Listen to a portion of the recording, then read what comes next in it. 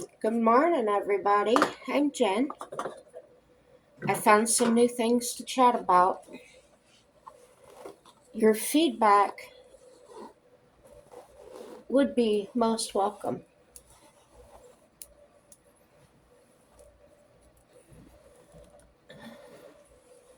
And I thought, well, I saw a clip of, I guess it was a whole video, but I just saw a piece of it because it was so ridiculous to me. And somebody was saying that the Native Americans are illegals. Okay, not really okay. So, another person commented on there, they're not illegals, they're sovereign citizens. And I thought, oh lordy, here we go. Nobody knows what they're talking about, but just for educational purposes, I'm going to put this out there. Sovereign citizens are a loosely affiliated group of individuals whose primary belief is the illegitimacy of the United States government. They are anti-government extremists who claim to be above the law and whose origins can be traced back to the Posse Comitatus, tax protesters, and militias.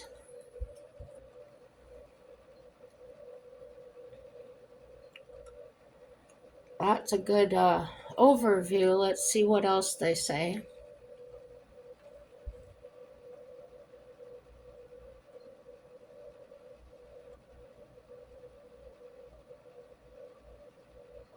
Their ideology often overlaps with other far-right extremist groups. They are mostly known for committing acts of paper terrorism, the practice of filing frivolous, pseudo-legal claims. These claims involve large sums of money and are often aimed at government officials whom they believe have wronged them.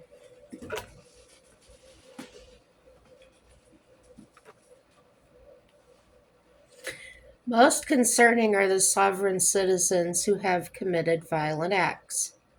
Two incidents, one in Bunkerville, Nevada, and another in the Maho National Wildlife Refuge, show their proclivity for violence. They pose a unique and significant threat to law enforcement during traffic stops. And they reference Smith, 2019. Because of their reluctance to follow basic traffic and motor vehicle laws. Upon being stopped for a traffic infraction, sovereigns can become argumentative, combative, and non cooperative. They will often engage in conflict oriented tactics such as demanding that officers prove jurisdiction, refusing to answer questions, or insisting that they do not consent to the actions of law enforcement. Another common tactic is when asked to roll down their vehicle's windows. They will only crack the window, claiming that the window is broken. This makes communication difficult or impossible. Law enforcement often has no choice but to break the window and physically remove them from their windows. These are long, protracted interactions that can and have become deadly. Lethal force may erupt, resulting in the death of the sovereign citizen or the police officer. Specific examples of the latter include the 2010 killing of two West Memphis, Arkansas law enforcement officers, or LEOs, by father and son sovereign citizens.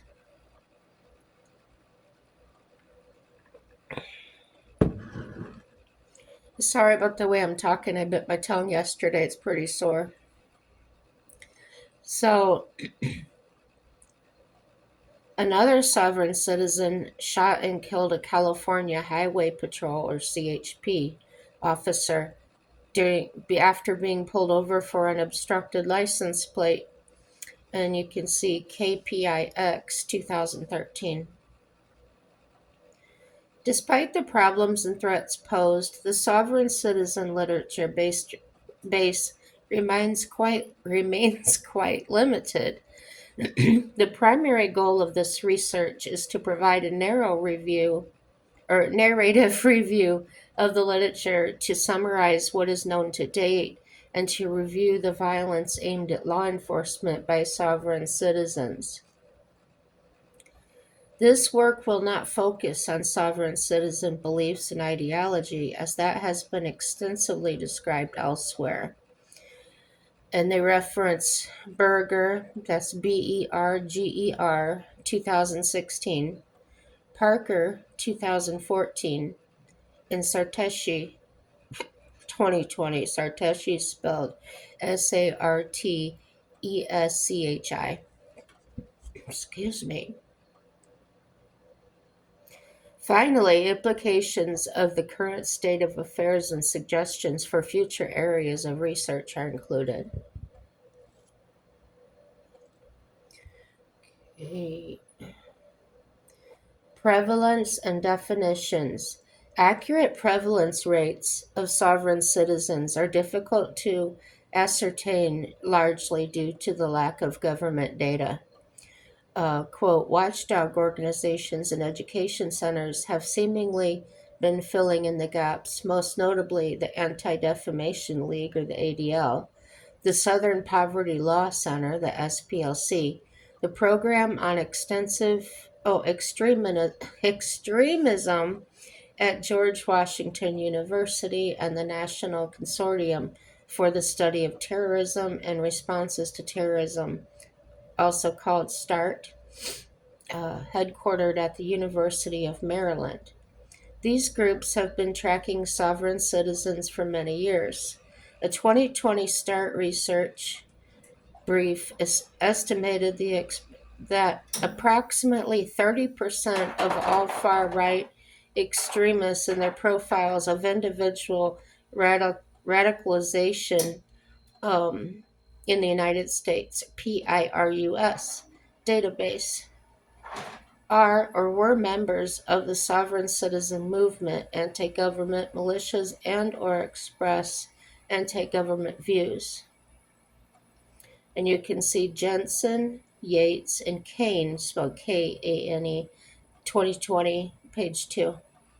The best estimates indicate that in the U.S. there are approximately 300,000 to 500,000 sovereign citizens, and their numbers are expected to grow. And the reference to that is Southern Poverty Law Center, ND. If government organizations are tracking sovereign citizens, information gathered may be classified and not available to the public. Recent reports indicate that the U.S. National Counterterrorism Center, the NCTC, tracks domestic terrorism, and that's reference SWAN 2019. Whether or not they track sovereign citizens is unknown. It would seem that both the Federal Bureau of Investigation, the FBI, and the Department of Homeland Security, DHS, track sovereign citizens to some degree, given that they both offer detailed definitions of the group. The FBI defines sovereign citizens as individuals who openly reject their U.S. citizenship status, believe that most forms of established government, authority, and institutions are illegitimate, and seek wholly or in part through unlawful acts of force or violence to further their claim to be immune from government authority. The mere advocacy of political or social positions, political activism, use of strong rhetoric, or generalized philosophic embrace of violent tactics may not constitute extremism and may be constitutionally protected. And the reference to that, Federal Bureau of Investigation 2017, page 2. Their definition seemingly differentiates sovereigns who are in favor of violence versus those who actually commit violence in furtherance of their ideology. I met a guy once that claimed to be a sovereign citizen. He wore dark sunglasses all the time, day or night.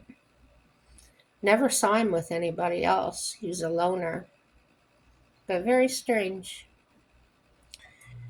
The DHS definition is narrower and focuses only on sovereign citizen extremists, which they define as groups or individuals who facilitate or engage in acts of violence directed at public officials, financial institutions, and government facilities in support of their belief that the legitimacy of the U.S. citizenship should be rejected.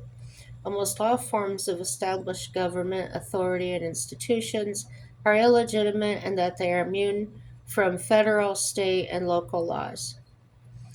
And that's according to the U.S. Department of Homeland Security 2014 P1. The DHS seems focused on sovereign citizens who engage in violence, as opposed to those who may believe in violence philosophically, but who have yet to engage in violence. This paper defines sovereign citizens in accordance with the FBI and DHS. This paper also takes the position that any individual who is legally considered to be a citizen of the United States and who simultaneously believes that the U.S. is not a legitimate government and as a result of that illegitimacy believes themselves to be immune to all U.S. laws is to be considered a sovereign citizen. These defined individuals may refer to themselves as something other than sovereign citizens and often do. One does not need to consider themselves a sovereign citizen to be a sovereign citizen. Other names sovereigns may call themselves include free man on the land, flesh and blood human being, natural man, free person, sovereign man, layman, a natural person, a freedom of common law citizen, and other names. The core belief of sovereign citizens is their proclaiming the American government to be illegitimate. Okay, how about the profile of a sovereign citizen? Sovereign citizens are most widely known for paper terrorism. One set of researchers examined the financial crimes among members of the far-right extremist movement, utilizing the U.S. extremist financial crime database, see Sullivan et al. 2019, identified 215 schemes among 368 individual offenders. Of those 215 schemes, approximately one-third of their sample included sovereign citizens. Most of the sovereign citizens were middle-aged white males living in the southern region of the U.S. An ADL special report from 2010 indicates that demographically many sovereigns are white, middle-aged, or older, with leaders being in their 60s or 70s. The biggest growth, according to the ADL, has occurred among African Americans, many of whom identify as Moorish, sovereign citizens, or Moors or Murs. This particular movement is said to have accelerated since the 1990s, particularly in the East Coast areas of the U.S. Pitt Cavage, as cited in Moorish Sovereign Citizens and D. Parker 2018. There exists very little research concerning Moorish sovereign citizens. There are only two articles, one by Parker 2018 and Dew 2016 and Parker 2018. discusses the beliefs of Moors and his interactions with them as a competency evaluator for the court system, due 2016, traces the history of the Moorish Science Temple of America, religious sect that has existed since 1913, and is sometimes co-opted by Moorish sovereign citizens as attempted cover for their illegal activities. Um, MSTA leaders take issue with the sovereign citizens, Moors, for their fraudulently claiming to be members of their sect. NBC Washington 2017. One of the biggest differences between Moorish sovereign citizens and non Moorish sovereign citizens is that Moors believe that they were the first inhabitants in America. This is used as a rationale for their belief that they are entitled to special privileges, such as immunity from U.S. laws and not having to register their vehicles. Non-Moorish sovereign citizens also believe they are entitled to special privileges. Moors are more organized, that they're non-Moors, they must mean than their non-Moor sovereign citizen counterparts. They tend to commit different types of crimes, though there are commonalities. Though their rationales may differ, both Moors and traditional sovereign citizens believe they are above the law. In 2017, the FBI produced its first intelligence report analyzing acts of violence including or involving individuals in both the citizen extremist movement and the Black identity extremist movement, and they've listed that as BIE. They focused on 6 attacks occurring since 2014, 4 of which they judged to be influenced by a mix of the two movements. Some governments refer to this combination as blended extremists. Essentially, a BIE is defined as an individual who is motivated to commit violence in response to perceived racism and injustice in American society. The FBI noted that generally BIE violence is rare, but felt it was important to warn law enforcement against this violence. The FBI was criticized for its identification of BIEs and has since stopped using the BIE label. The sovereign citizen movement spread to other countries.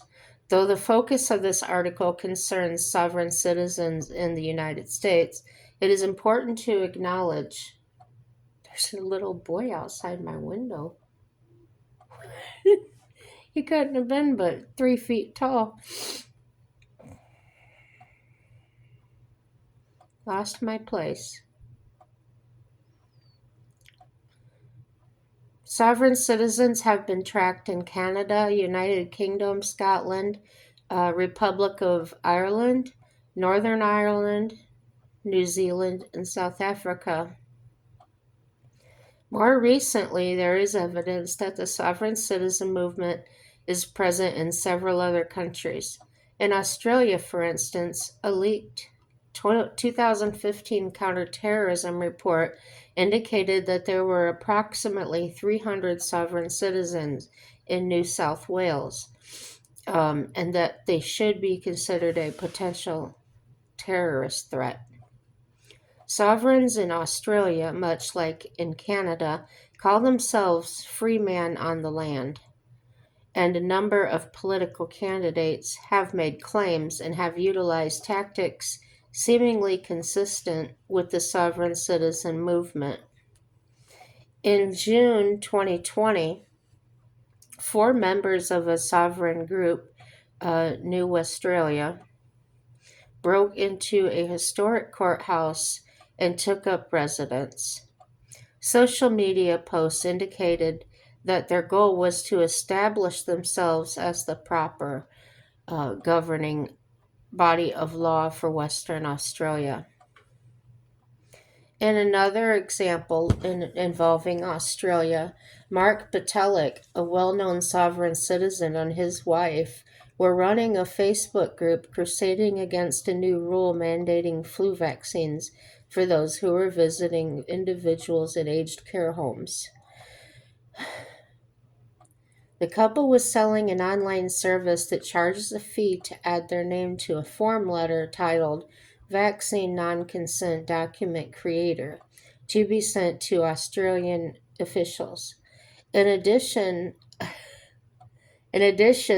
they are also encouraged users to pay $69.99 annually for access to a website called Solutions Empowerment that teaches sovereign rights and other secret strategies. That reference there is Wilson 2020. Mr. Patelik has a record of legal trouble with authorities in Australia. In a video from Singapore dated May 2020, there appears to be a sovereign citizen female yelling, "I am not a person, I am sovereign." When confronted by police for refusing to wear a mask in public and for breaching safe social distancing measures under COVID-19 regulations. In Russia, individuals calling themselves citizens of the USSR or Soviet citizens are claiming they do not have to follow the laws of the Russian Federation, nor do they recognize it as a legitimate legal body. Much like the sovereign citizen movement in the United States, many Soviet citizens are learning how to supposedly evade laws via the internet. YouTube, in particular, has channels with thousands of followers. Luxmore 2019. One popular channel claims to offer practical tips and advice for citizens of the USSR and how they can legally avoid paying off debt. That video, as of May 2019, had 2.8 million views. Germany's version of the sovereign citizen movement is known as Reichsbürgers, or the Reich Citizens Movement. Estimated to number approximately 19,000 individuals across the country, they believe that the laws of both Imperial Germany and Nazi Germany still apply. And that's according to The Sun 2020. They also print their own passports, refuse to pay taxes, and engage in paper terrorism. Gavi Herbert 2020. Some are prone to violence. Former Mr. Germany, Adrian Urschak, and a prominent member of the Reich Citizens Movement, shot and killed a police officer in 2016. He had declared his property an independent state, and when police tried to evict him from his independent state, he attempted to kill them. 2 months later, one of Urach's followers, Wolfgang Plan, shot at police as they attempted to remove his weapons. One officer died and 2 officers were injured during the incident. Mr. Plan was sentenced to life in prison.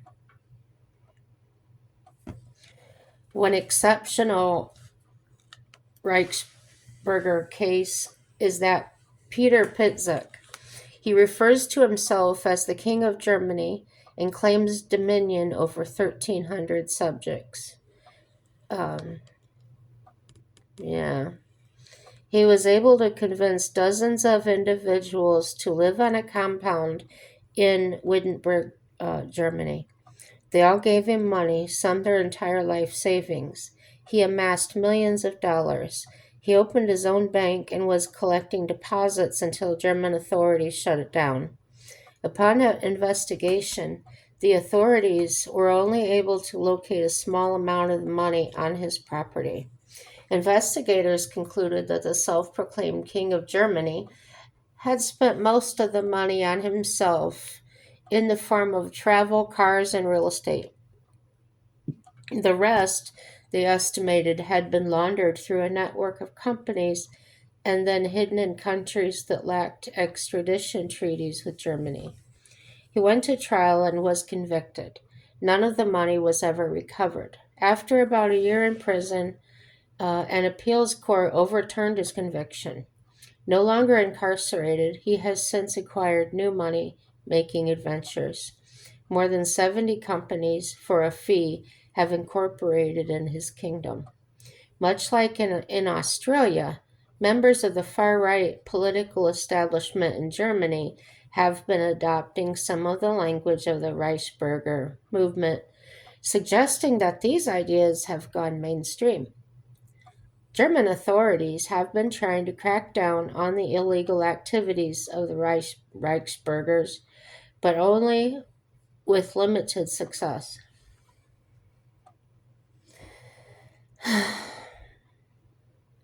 Where do individuals learn about the movement? I had no idea it was this deep, guys. Sovereign citizenhood is spread via the internet, particularly on YouTube. There are millions of videos on the topic. The sovereign citizen's message is also spread through jails and prisons, typically via mailers.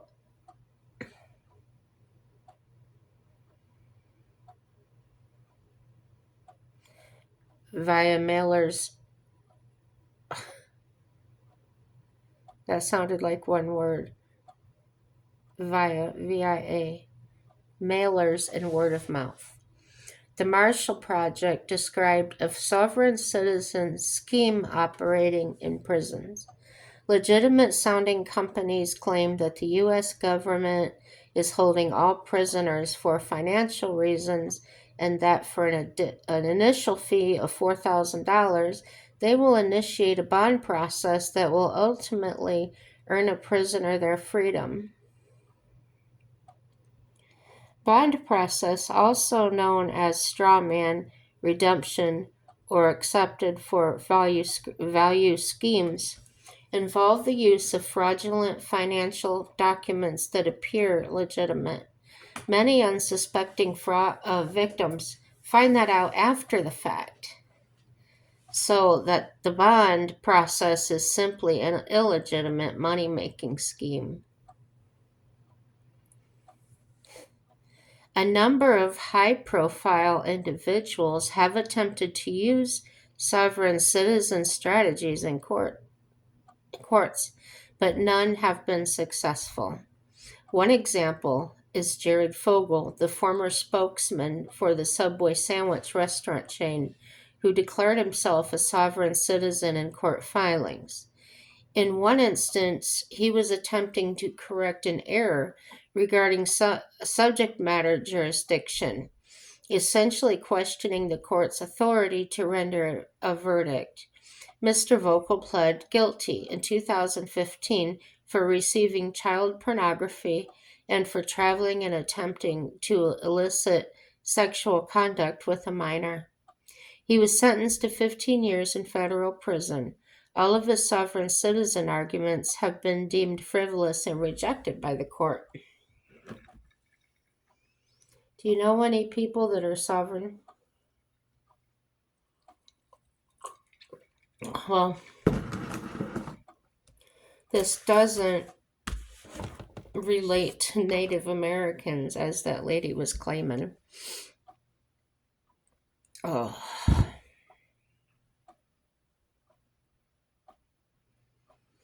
I was told by the man I met, the sovereign citizen, that, how did he say that?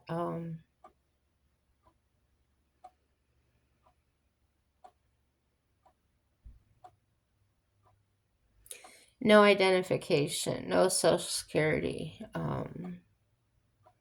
things like that. He didn't work. Yeah, he didn't. He didn't do a lot. And I never saw him with other people.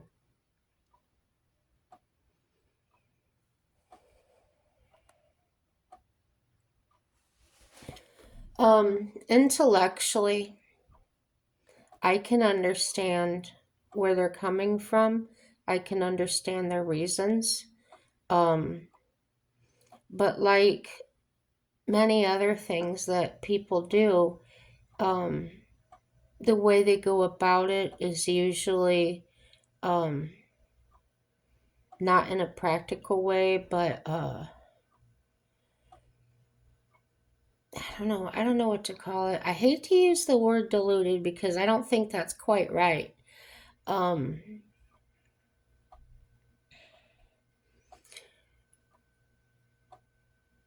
are these individuals smart? I think so. I think that standing, against the government and things like that,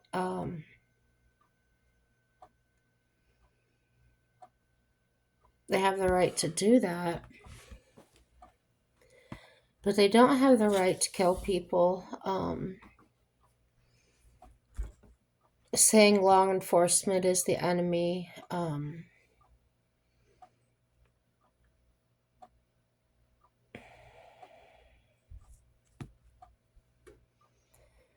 Okay. About the license plate thing and the driver's license. You don't have to have them to operate a vehicle. I realize that. However, you do have to have them if you want to drive and use the state roads and the county roads. Okay? Those are laws. Um, do you have to register a vehicle? Not necessarily. I know in Indiana I was told by a state trooper that an unknown law in Indiana was that you did not have to register your vehicles. However, you always had to have with you the proof that that vehicle belonged to you. You had to have the title, you had to have a bill of sale if you just bought it. You did have to have the correct paperwork. And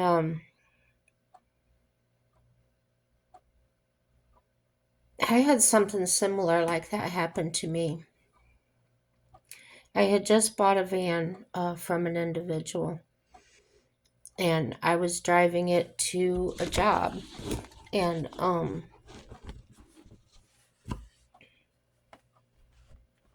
I got pulled over on the highway. And as the officer starts walking up, I had my bill of sale, and I didn't have the title yet because the man had to pay the vehicle off and then give that to me. So, the officer walks up to the window. I roll the window down, and I have the paperwork ready with my driver's license, of course. And he looks through the paperwork, and his eyes got large, and he put his hand on my door, and he says, "You are the first person ever to actually know what I needed to have." Oh, yeah. So I told him about my conversation with the state trooper, and the way I knew the state trooper is I went to school with him. Yeah, and what he said about registering the vehicle, and he said, "Yeah, that's right." So it may be possible, depending on where you live at, that may not be a law. You'll have to check your laws. Um, the state trooper told me that registering your vehicle was actually a courtesy for police officers to identify you, rather than having to pull you over to find out who you were, to, whatever. So, yeah, it might be something to check into. Whether you're a sovereign citizen or not, If you want to rebel, that might be a legal way to do that. But yeah, if you're using the our roads that our taxes paid for, you do have to be licensed and you do have to obey the laws on them. Okay, um, just putting that out there. As far as harassing police and stuff, um, those are just people wearing uniforms. So if you're protesting the uniform, protest the uniform, but don't protest the man that is just doing his job. He has a right to earn his paycheck. Um, some officers can get more aggressive. Um, they can react in negative ways. I believe that they are reacting um, out of insecurity, out of fear. Uh, it's a very difficult job. And when they're acting that way, they're trying to assert authority, they're trying to assert themselves to try and control the situation. I also believe that, excuse me, those type of individuals, not saying cops, I'm just saying the individual that's wearing the uniform, um, may have some issues, some mental health concerns. So, um, it goes back to again what I said about um, being patient with people. Be cooperative. Read up on the laws. Actually, find out what they are. But if you're one of these out there making these videos and giving cops a hard time, and those are people that you're harassing. Those are people trying to do their job and earn a living. Um, if you're going to places, businesses, wherever, and pulling out a camera and videotaping, or not taping, but video, putting people on video, and then standing there, oh, I'm video, I'm a filmmaker, whatever you say you are. Those types of individuals wear identification. They wear a name tag. They wear it's got their name on it. It says what news agency they're from or media station. And if you're claiming to be that, then you need to announce that by wearing identification on the exterior of your clothing where it's visible. So if you're not doing that, I believe you're an instigator. You may be a sovereign citizen. Um, and I think you need some mental help with that, some therapy.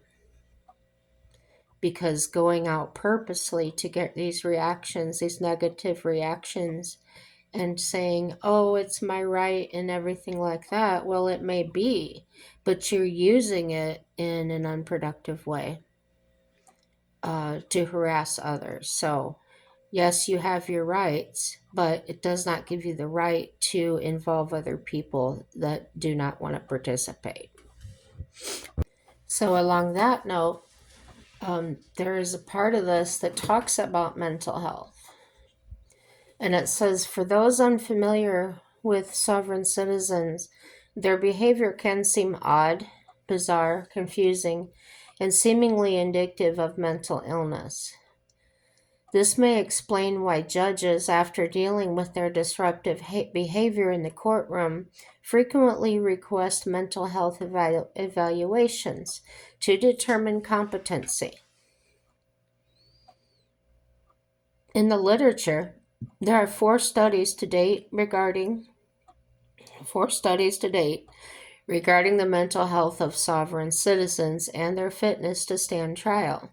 All of them seem to suggest that the vast majority of sovereign citizens are not mentally ill and are competent to stand trial.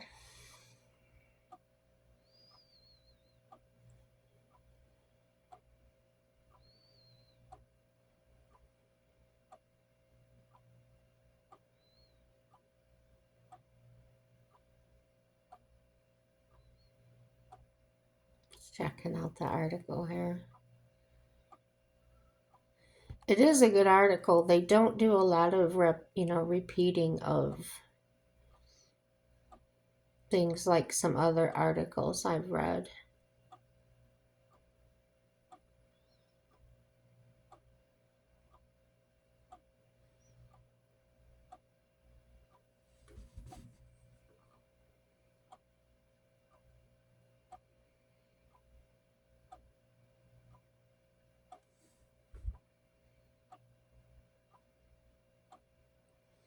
They have some legal response to sovereign citizens.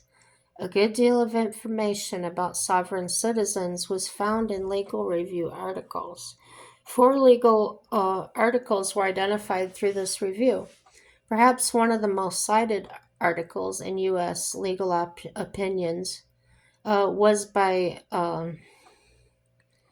Loeser, it's Loeser, 2015, which provides a thorough examination of sovereign citizens as paper terrorists.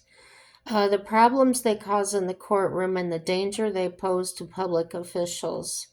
That same article recommends a number of legal and educational solutions for stopping the sovereign citizen threat, including deterrence through effective punishment, pre-filing injunctions, procedural justice, online activism, and education about the history of government. Likewise, the remaining articles, Kalinowski is spelled Kalinowski, 2019, educate the reader about the nature and beliefs of sovereign citizens, in addition to examining the rationale for why sovereign citizens often wish to represent themselves in court. Interesting reading, you guys. I forgot to tell you where I got this from. It's NIH, or the National Library of Medicine, National Center for Biotechnology Information. So, and as a library, NLM provides access to scientific literature. Inclusion in an NLM database does not imply endorsement of or agreement with the contents by NLM or the National Institutes of Health. So if you want to learn more about that, there's a PMC disclaimer and a PMC copyright notice. And it's provided to the PMC COVID-19 collection by Elsevier, spelled Elsevier. So yeah, check it out. There was more to the article. I read so much of it though. I wanted to get out of that because I still wanted to get into the native area of it, and that's going to be my next video. Everything's good, guys. Check out the next video and have a happy day.